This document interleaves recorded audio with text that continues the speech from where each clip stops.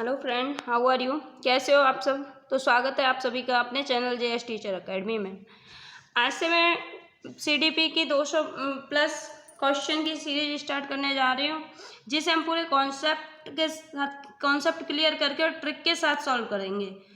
तो बेहतरीन ट्रिक जानने के लिए हमारे चैनल पर लास्ट तक बने रहें और वीडियो पूरी देखें। अगर वीडियो पसंद आए तो लाइक और सब्सक्राइब जरूर करें। लेक्चर वीडियो देखने के लिए जेएस टीचर एकेडमी पर जाएं। चलो स्टार्ट करते हैं। तो आज का हमारा पहला क्वेश्चन है, बालक के शारीरिक व क्रियात्मक विकास की दिशा होती है।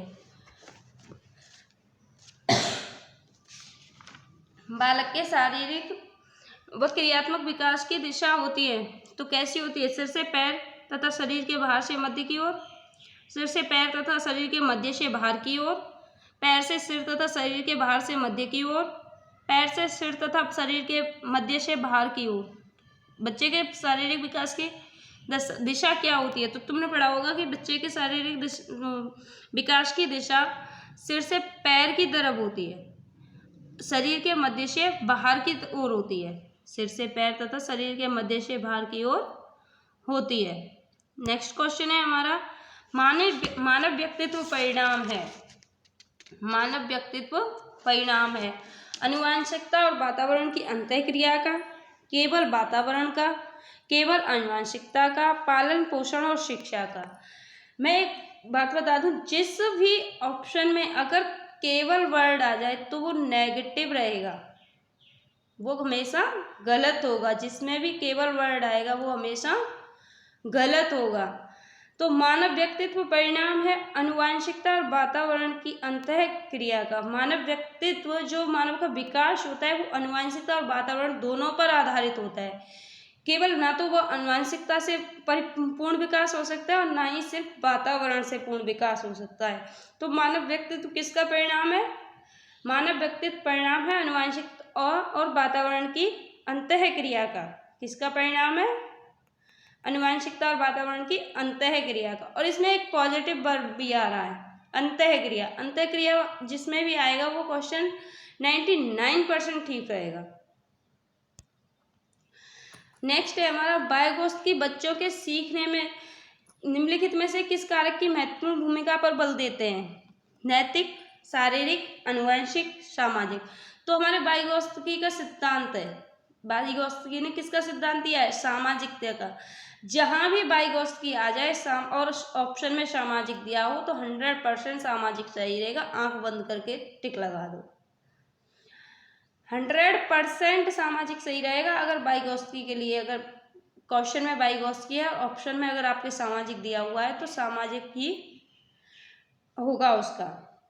तो वायगोत्स्की बच्चों के सीखने में से निम्नलिखित में से किस कारक की महत्वपूर्ण भूमिका पर बल देते हैं? सामाजिक।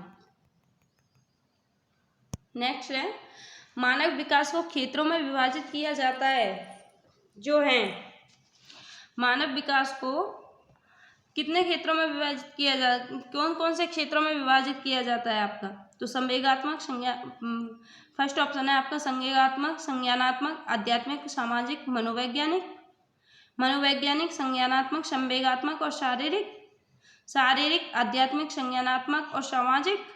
शारीरिक, संज्ञानात्मक, संवेगात्मक और सामाजिक। तो इनमें से कौन सा ऑप्शन ठीक होगा आपका? मनोवैज्ञानिक, संज्ञानात्मक, संवेगात्मक और शारीरिक। नेक्स्ट है, जब बच्चे की दादी उसे उसकी माँ की गोद से लेती है तो बच्चा रोने लगता है। बच्चा किसके कारण रोता है?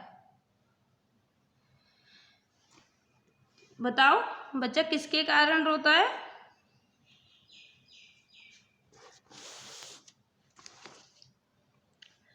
संवेगात्मक दुश्चिंता, अजनबी दुश्चिंता, वियोग दुश्चिंता, सामाजिक दुश्चिंता। तो इसमें सामाजिक दुश्चिंता तो नहीं होगी, जब उसकी दादी है तो वो बाहर से तो आई नहीं है। वियोग दुश्चिंता भी नहीं होगी कि वो अपनी माँ से कोई अलग नहीं जा रहा है। अजनबी दुश्चिंता इसलिए नहीं होगी कि वो अजनबी नहीं है, बच्चा उसे जानता है। इसमें ऑप्शन राइट होगा आपका संवेगात्मक दुश्चिंता, क्योंकि ये बच्चे का संवेग उत्पन्न होता है और वो रोता है।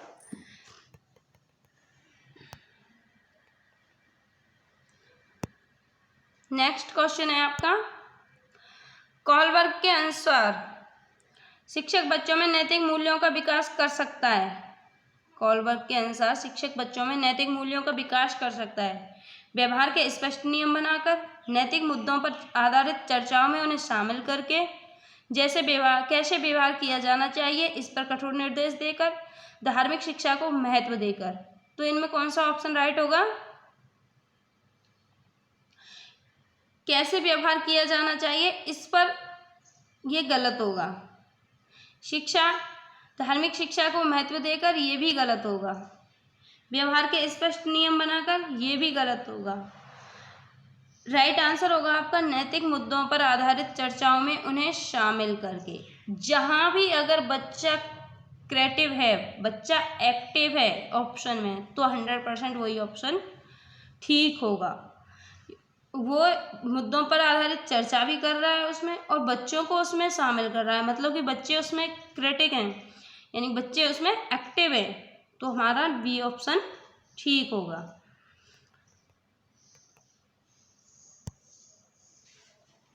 नेक्स्ट है आपका, पियाजे के संज्ञानात्मक विकास के चरणों के अनुसार इंद्रिय गामक संवेदी प्रेरक अवस्था किसके साथ संबंधित है?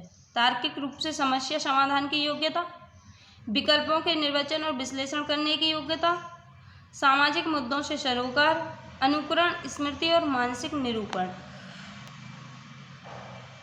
पियाजे के संज्ञानात्मक विकास के चरणों के अनुसार इंद्रिय गामक संवेदी प्रेरक अवस्था किसके साथ संबंधित है? तो वो कह रहा है संवेदी प्रेरक अवस्था किसके साथ संबंधित है? इंद्रिय गामक अवस्था, तुम्हें पता है कि इंद्रिय गामक अवस्था में तार्किक मुद्दे तो आ ही नहीं सकते बच्चे में, वो तर्क करना तो सीख ही नहीं सकता है। विकल्पों के निर्वचन और विश्लेषण, वो बच्चा विकल्पों का निर्देशन और विश्लेषण भी नहीं कर सकता, सामाजिक भी नहीं होता है वो। तो इंद्रिय गामक जो अवस्था होती है वो अनुकरण, स्मृति और मानसिक निरूपण पर आधारित होती है। किस पर आधारित होती है? अनुकरण, स्मृति और मानसिक निरूपण पर। नेक्स्ट है आपका, विकास शुरू होता है, विकास कब से शुरू होता है? मैंने आपको लेक्चर वीडियो में बताया था कि विकास प्रसव यानी कि भ्रूण अवस्था से शुरू हो जाता है। तो इसमें ऑप्शन दिए हुए हैं, उत्तर बाल्यावस्था से, प्रसव पूर्व अवस्था से, शैशवावस्था से, पूर्व बाल अवस्था से। तो इसमें ऑप्शन कौन सा राइट होगा हमारा? प्रसव पूर्व अवस्था, यानी कि हमारी गर्भावस्था से। विकास कब से स्टार्ट होता है? गर्भावस्था से।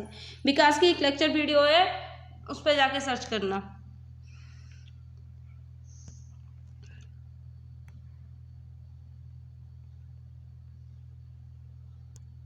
नेक्स्ट है आपका, चिंतन अनिवार्य रूप से है एक। चिंतन अनिवार्य रूप से है, क्या है चिंतन? संज्ञानात्मक गतिविधि, मनोगतिक विधि प्रक्रिया, मनोवैज्ञानिक परिघटना, भावात्मक व्यवहार। चिंतन एक तरीके से क्या है? चिंतन संज्ञानात्मक गतिविधि है। क्या है चिंतन? संज्ञानात्मक गतिविधि है। ध्यान से पढ़ना, सारे क्वेश्चन ऐसे हैं जो सीटेट के पेपर में आ चुके हैं कई बार, और इनके कॉन्सेप्ट को समझना। पियाजे के अधिगम के सिद्धांत, संज्ञानात्मक सिद्धांत के अनुसार वह प्रक्रिया जिसके द्वारा संज्ञानात्मक संरचना को संशोधित किया जा सकता है क्या कहलाएगी? पियाजे के अधिगम के संज्ञानात्मक सिद्धांत के अनुसार वह प्रक्रिया जिसके द्वारा संज्ञानात्मक संरचना को संशोधित किया जा सकता है, क्या कहलाएगी वो? पृथक्षण, समायोजन, समावेशन, स्कीमा।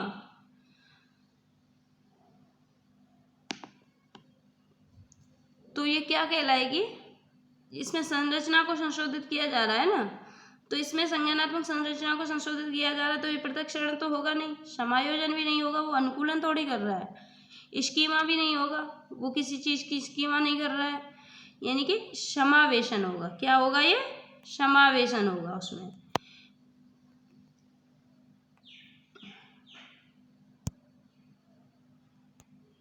नेक्स्ट है, कॉलबर्ग के अनुसार सही और गलत के प्रश्न के बारे में निर्णय लेने में शामिल चिंतन प्रक्रिया को कहा जाता है? सहयोग की नैतिकता, नैतिक तर्कना, नैतिक यथार्थवाद, नैतिक दुविधा। तो ये कह रहा है कि कॉलवर्ग के अनुसार सही और गलत के प्रश्न के बारे में निर्णय लेने में शामिल चिंतन प्रक्रिया को क्या कहा जाता है? यानी कि एक साथ जो निर्णय लिया जाता है, तो उसमें क्या कर रहा है? वो तर्क कर रहा है। क्या कर रहा है? तर्क कर रहा है। तो नैतिक तर्कना वाला ऑप्शन इसका ठीक होगा, ऑप्शन नंबर बी। नेक्स्ट है, निम्नलिखित में से कौन सा मुख्य रूप से आनुवंशिकता संबंधी कारक है? यानी कि आनुवंशिकता से जो कारक उत्पन्न होता है वो उनमें से कौन सा है? आंखों का रंग, सामाजिक गतिविधियों में भागीदारिता, समकक्ष व्यक्तियों के समूह के प्रति अभिवृत्ति, चिंतन पैटर्न। तो सामाजिक गतिविधियों में भागीदारिता ये कोई आनुवंशिकता पर निर्भर नहीं करती है, आनुवंशिकता से उत्पन्न नहीं होती है। समकक्ष व्यक्तियों के समूह के प्रति अभिवृत्ति, ये सब वातावरण की गतिविधियां किसकी हैं? ये वातावरण में आती है। तो आनुवंशिकता पर क्या आधारित होता है? आंखों का रंग। आनुवंशिकता पर क्या आधारित होगा इस ऑप्शन में? आंखों का रंग। नेक्स्ट है, निम्नलिखित में से किसके अतिरिक्त सभी वातावरणीय कारक विकास को आकार देते हैं? निम्नलिखित में से किसके अतिरिक्त सभी वातावरणीय कारक विकास को आकार देते हैं? पौष्टिकता की गुणवत्ता, संस्कृति, शिक्षा की गुणवत्ता, गुणात्मकता और शारीरिक गठन। तो इसमें विकास को आकार कौन से देते हैं?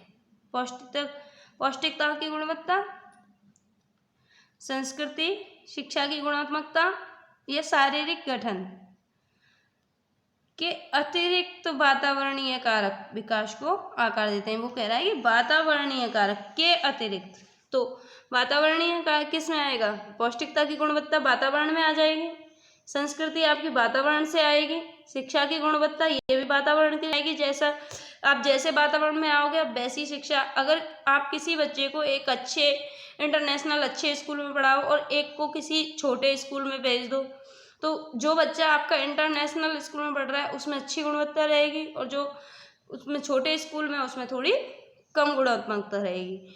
तो ये सब वातावरण पर आधारित है। तो इनमें से कौन सा नहीं है कि अतिरिक्त पूछ रहा है वो? तो इसमें शारीरिक गठन। शारीरिक गठन किस पर है? शारीरिक गठन जो होता है वो आनुवंशिकता से होता है, आनुवंशिकता पर आधारित होता है। शारीरिक गठन आनुवंशिकता पर आधारित होता है। तो इसमें से कौन सा नहीं है? शारीरिक गठन। नेक्स्ट है, पियाजे के अनुसार संज्ञानात्मक विकास के किस चरण पर बच्चा वस्तु स्थायित्व को प्रदर्शित करता है? मूर्त संक्रियात्मक चरण, औपचारिक संक्रियात्मक चरण, संवेदी प्रेरक चरण, पूर्व संक्रियात्मक चरण। तो इनमें से किसमें वो वस्तु स्थायित्व का गुण किसमें आ जाता है बच्चे में? पूर्व संक्रियात्मक चरण।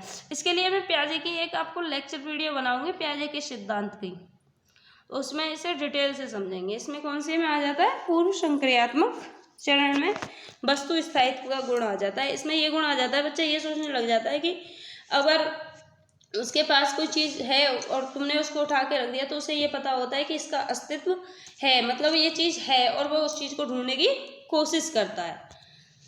नेक्स्ट है, बच्चे द्वारा संकल्पना निर्माण के संबंध में निम्नलिखित में से कौन सा कथन सही है? संकल्पना संवेगात्मक रूप से सुव्यवस्थित होती हैं।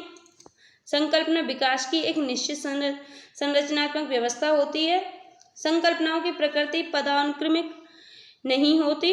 संकल्पनाएं व्यक्तिक नहीं होती।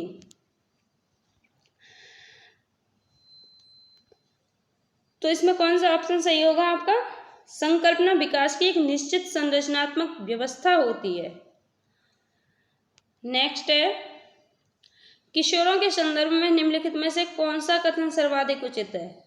संवेगात्मक प्रोत्थान की घटना बढ़ जाती है, पढ़ाई के प्रति लापरवाह रवैया, चिंतन का मूर्त क्रियाओं में प्रदर्शित होना, बुद्धि लब्धांक में अकस्मात वृद्धि। तो इसमें से कौन सा है किशोरों के लिए संदर्भ में?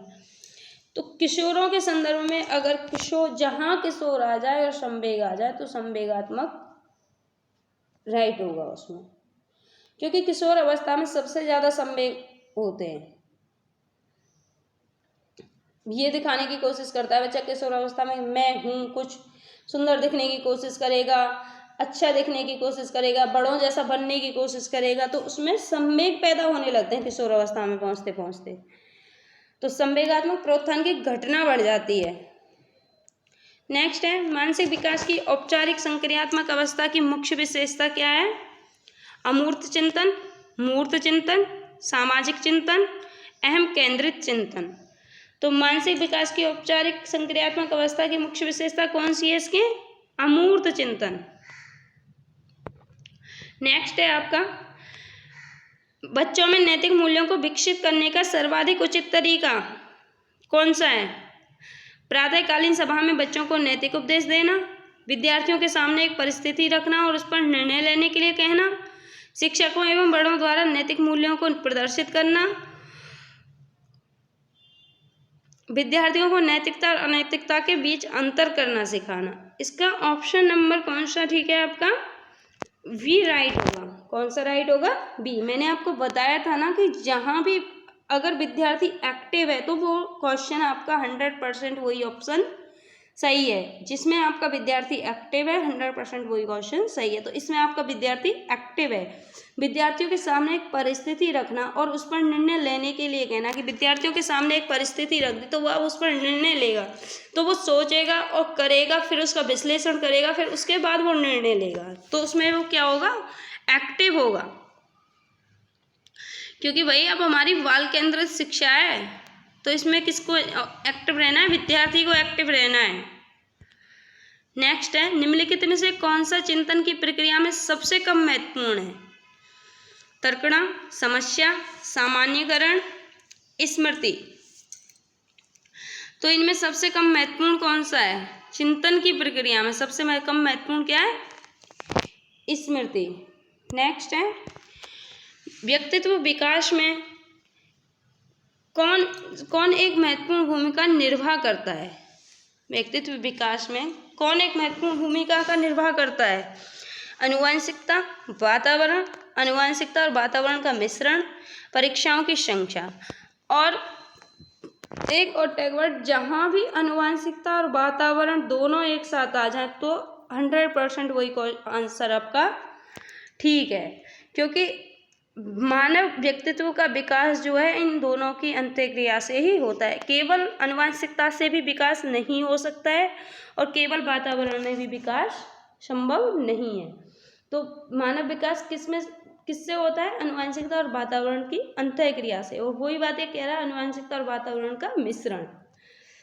तो महत्वपूर्ण भूमिका कौन निभाता है इसमें? आनुवंशिकता और वातावरण का मिश्रण। नेक्स्ट है आपका कोहलबर्ग के अनुसार सही और गलत के बारे में बच्चे चिंतन करते हैं अलग आयु में अलग तरीके से, अलग चरणों में समान रूप से, संदर्भ के अनुसार, अभिभावकों द्वारा प्रदत्त निर्देशों के अनुसार। कोहलबर्ग के अनुसार सही और गलत के बारे में बच्चे चिंतन कैसे करते हैं? अलग आयु में अलग तरीके से, यानी कि अपनी अलग आयु में छोटा बच्चा अलग तरीके से करेगा और जब वो बड़ा होगा तो वो अलग तरीके से करेगा। सही और गलत के बारे में तो समझ उनमें अलग आयु में अलग तरीके से आ जाती है। अपनी अपनी आयु का फर्क पड़ जाता है उसमें कोहलबर्ग के अनुसार। नेक्स्ट है आपका संवेगात्मक विरेचन का अर्थ संवेगों को दबाना, बहुत अधिक अवसादग्रस्त महसूस करना, संवेगात्मक दमन से बाहर निकालना, संवेगात्मक दमन को सहन करने की योग्यता को बढ़ाना। तो कौन सा ऑप्शन सही होगा इसमें? संवेगात्मक विरेचन। विरेचन का मतलब है दबाना। विरेचन का मतलब क्या है? दबाना। तो संवेगों को दबाना। नेक्स्ट, किशोर का अनुभव कर सकते हैं। किशोर का अनुभव कैसे कर सकते हैं? आत्मसिद्धि के भाव से, जीवन के बारे में परितृप्ति के भाव से, दुश्चिंता और स्वयं से सरोकार, बचपन में किए गए अपराधों के प्रति डर के भाव। किशोर का अनुभव कैसे करते हैं? दुश्चिंतता और स्वयं से सरोकार। नेक्स्ट है वाइगोत्स्की के सिद्धांत का निहितार्थ है। वाइगोत्स्की के सिद्धांत का निहितार्थ है बच्चे उन बच्चों की संगति में श्रेष्ठतम रूप से सीख सकते हैं जिनका बुद्धि लब्धांक उनके बुद्धि लब्धांक से कम होता है। सहयोगात्मक समस्या समाधान, प्रत्येक विद्यार्थी को व्यक्तिगत रूप से दत्त कार्य देना, प्रारंभिक व्याख्या के बाद कठिन सवालों को हल करने में बच्चों की सहायता न करना। तो देखो बच्चे, ये तो बिल्कुल नेगेटिव हैं आपके। बच्चे उन बच्चों की संगति में श्रेष्ठतम रूप से सीखते हैं जिनका बुद्धि लब्धांक उनकी बुद्धि लब्धांक से कम होता है। नहीं, ऐसे कैसे? बच्चा अगर कमजोर है और एक बच्चा होशियार है तो वो होशियार बच्चा उस कमजोर बच्चे से क्या सीखेगा? कुछ नहीं। प्रत्येक विद्यार्थी को व्यक्तिगत रूप से दत्त कार्य देना। दत्त कार्य आप देते हो, जो दत्त कार्य जो होता है वो होता है जो गृह कार्य जो मिलता है। अगर आपको क्या पता कि गृह कार्य तो वो घर पे जाके किसी से भी करा के ला सकते हैं, अपनी मम्मी से करा सकता है, पापा से करा सकता है, कोई घर में बड़ा भाई बहन है उससे करा सकता है, अपने दोस्तों से करा सकता है। आपने उसे देखा नहीं है कि उसने किससे कराया है, तो ये भी आपका नेगेटिव हो जाएगा। प्रारंभिक व्याख्या के बाद कठिन सवालों को हल करने में बच्चे की सहायता ना करना, ये तो बिल्कुल नेगेटिव है, क्योंकि ये रूल नहीं कहता कि आप बच्चे की सहायता ना करो। दंड, सहायता ना करना, अगर ये वर्ड आपके आ जाते हैं तो वो एकदम नेगेटिव हैं। इसका सही है आपका सहयोगात्मक समस्या और समाधान। सहयोगात्मक समस्या और समाधान। देखो यहाँ एक टैग वर्ड भी आ रहा है सहयोगात्मक। जहाँ सहयोगात्मक आ जाएगा उसका 98% सही होने के चांस होते हैं, तो इसमें यही ऑप्शन सही है। नेक्स्ट है आपका, निम्नलिखित में से कौन सा सूक्ष्म गतिक कौशल का उदाहरण है? निम्नलिखित में से कौन सा सूक्ष्म गतिक कौशल का उदाहरण है? चढ़ना, फुदकना, दौड़ना, लिखना। सूक्ष्म गतिक कौशल। लिखना कौन सा उदाहरण है इसका? लिखना। इसके लिए इसके लिए मैं एक वीडियो बनाऊंगी डिसलेक्सिया डिस्ग्राफिया की ट्रिक वाली, तो ये उसमें आएंगे पठन कौशल, गतिक कौशल, लिखन, ये वाले जो है। तो गतिक कौशल जो आता है वो लेखन कौशल में ही आता है।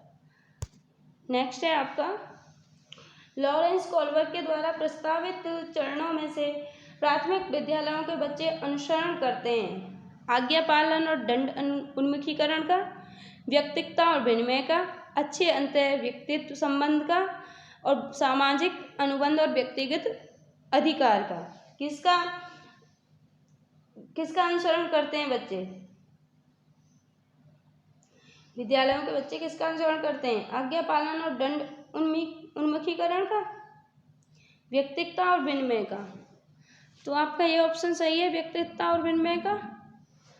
और अच्छे अंतः व्यक्तित्व संबंध का, सामाजिक अनुबंध और व्यक्तिगत अधिकार का। किसका करते हैं? सामाजिक व्यक्तित्व और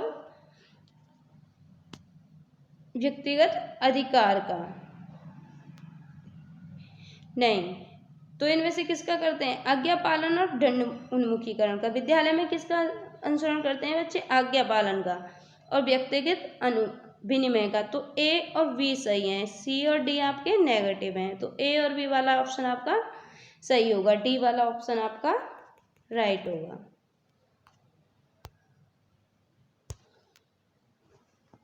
तो आज की वीडियो इसी के साथ खत्म होती है। अगले क्वेश्चन करेंगे हम अगली वीडियो में। अगर वीडियो पसंद आई हो तो लाइक और सब्सक्राइब जरूर करें। Bye, take care.